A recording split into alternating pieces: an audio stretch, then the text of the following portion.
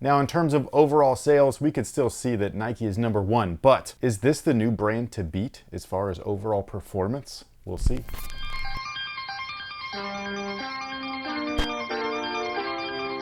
Hey, what's going on, guys? My name's Chris. Welcome back to the official WearTesters.com YouTube channel. Today we got a detailed look and breakdown on these potential bad boys right here. This is the Way of Wade All City 12 Encore. Now, these guys right here are the 12th iteration of the Way of Wade All City line. It's a takedown model within the Wade brand. But the funny thing is that nothing about these, especially right now, feels takedown, including the price. So these guys retail, at least on wayofwade.com, which is their US-based site, for $149, aka $150. And for what you're getting, I think that it's a great value in terms of overall like bang for your buck. You know what I mean? Like, you're paying $150, and I know that it's gonna sound bad, but I'm gonna throw in the books again. But the book one is what, $140? And they have like almost nothing that these guys have. So it's just one of those things where price per performance feature is just better in something like this than in those. However, there are things that the book one does better, like say the materials. The materials are just a lot more elegant or elevated than something like this. But in terms of performance features like cushion and torsion support, this is a better bang for your buck. They're both very similar though in terms of the overall implementation of what they're doing, so that's a good like comparison there. And what is that exactly? Well, it's not herringbone, that's for sure. This is a weird outsole. However, I've used weird outsoles from the Li-Ning brand before, and it's been really good. Those JB2s, the Jimmy Butler shoe, had one of the weirdest traction patterns I think I've ever seen on a basketball sneaker, and that had some of the best grip that I've ever tried. So for something like this, I have high hopes. The rubber compound feels damn near identical to those, and rubber compound is kind of half the battle.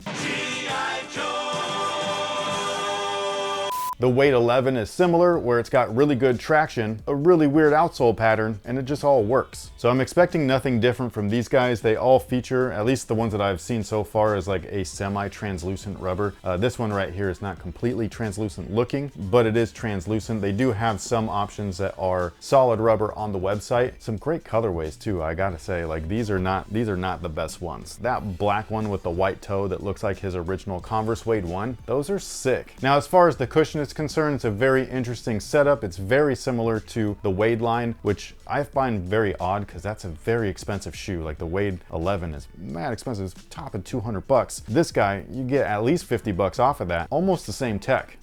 Wow.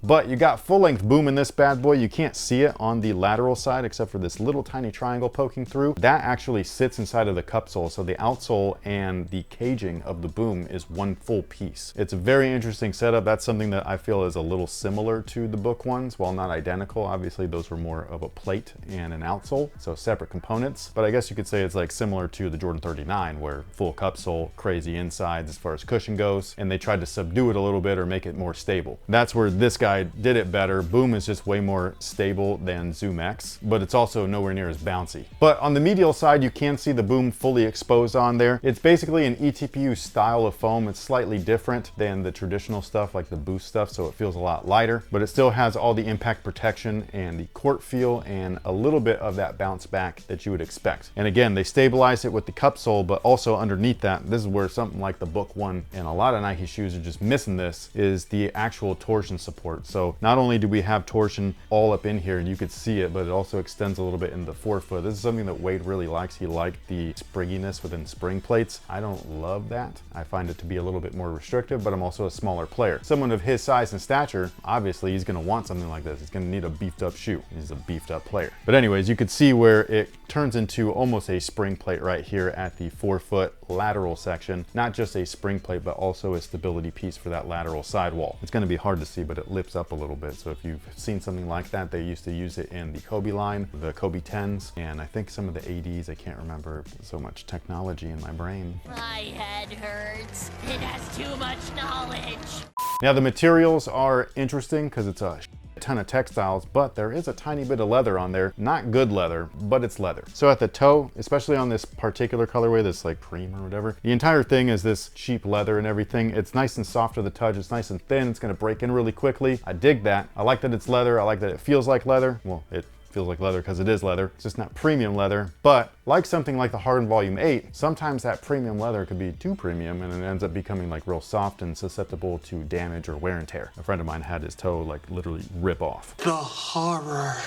Now, when you look at this one, you just have the rand of leather. The inside, this is kind of like what I prefer. It's a mix of both, where the textile is like that main piece, and then you have the support layer on the outer side. So something like this I think is really cool. I don't know which colorways have what, but if they were built like this, that's personally what I would go with, but there's options. So whatever you like, hopefully you can find it. The rest of the build is all textile, so from the midfoot back, textile everything. I love the open-celled mesh that you could see right there at the midfoot. It's very breathable, and I think that that's a really great feature. Is it visually appealing, like from the overall aesthetic point of view? Probably not, but performance-wise, really awesome. Now at the rear, you got a huge, I'm talking huge, heel counter right here. That's the one thing where I wish that the tooling rounded around it just a little bit more so that it would allow you to really like rock into your forefoot, because something like this, if you're a heel striker, it could end up becoming like more of an abrupt stop than a rolling feature. It is rolled up enough to where maybe that's going to be a non-issue, but I'm just saying, like, overall the way that it looks, that would be my one concern. But as far as overall support, like, this shoe is a fucking beefcake. It's really cool to see that you're getting all of this stuff for a really reasonable price. Now, as far as fit is concerned, they do fit true to size. They are very tapered at the toe, so keep that in mind. If you got like a, what would you call that? I don't want to say girthy, but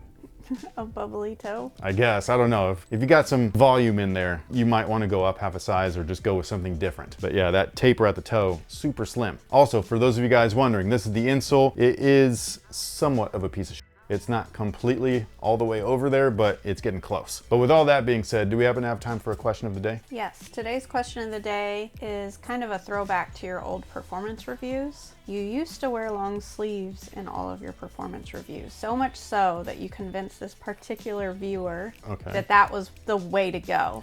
Oh, really? Wow. I influenced them. Yes. Whoops. So they would like to know, because they've noticed that you no longer are wearing the long sleeves, so they want to know why. Well, when I retired from basketball, which was very short-lived, thanks you guys, I got rid of all my basketball stuff because I was like, well, I'm not going to play, so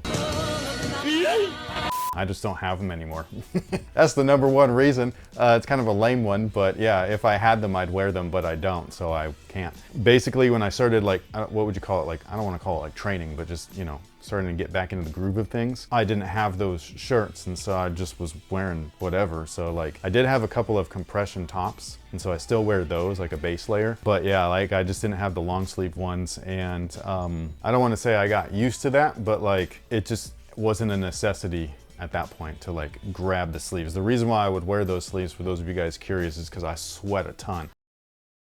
It used to like come down all, and like sometimes the balls would slip right out of my hands, and like I'd go up to like shoot and that thing would go behind me. I'd be like, what the f? Yeah, so that's why I would wear the long sleeves. It would just help with that. I would say that it hasn't been much of a factor, so I don't know if it was just in my head that that's how it felt, but like, I clearly haven't been wearing them, and there's been no ball slippage. They're secure in my fingertips and all that stuff. So yeah, like, yeah, I did that on purpose. Do with that what you will. Maybe it was more of a superstition type of thing, because that's how a lot of basketball players are. They think they're not superstitious, but they very much are. They're a little stitious. Definitely. So like, Curry's one of those ones where like some people will be like, oh, he doesn't like those shoes. It's not that he doesn't like the shoes, he doesn't like himself in that moment, and so he'll switch back to whatever he did really well in. If it's something as small as like he's wearing a Curry 4 Flotro in a specific colorway, and then he switches them out to a different colorway in the same shoe, they're like, oh, it's not that it wasn't working, it's that in his mind he played better in that pair, so he goes and puts them back on. It's odd, but it is what it is. So maybe that was what was going on with me, is that I just felt more comfortable with long sleeves, and now that I've been without them for so long, it's like normal at this point, so I don't feel like I need them. Today's question of the day for the viewers, I guess, can be like, what's the thing that you need when you go to do your particular sport?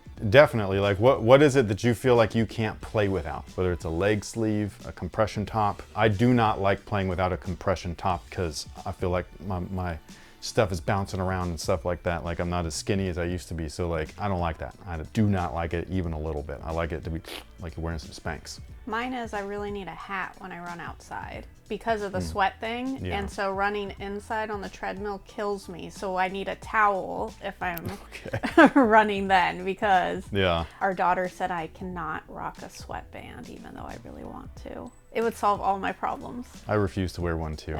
They look so dumb.